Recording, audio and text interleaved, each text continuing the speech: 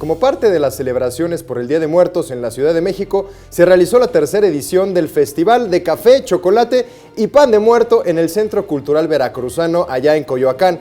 Participaron 80 expositores con productos como pan de muerto cubierto con naranja, azahar, nopal y calabaza, y también algunas versiones hechas con harinas sabor chayote, camote o pulque, además de café de Veracruz, Puebla, Hidalgo y también del estado de Oaxaca.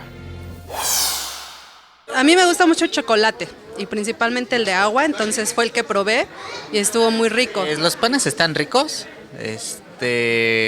compré unos para llevar. El relleno de queso con zarzamora está rico.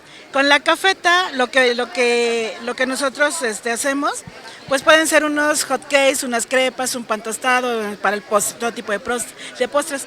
Tenemos los granitos de chocolate, de café cubiertos de chocolate.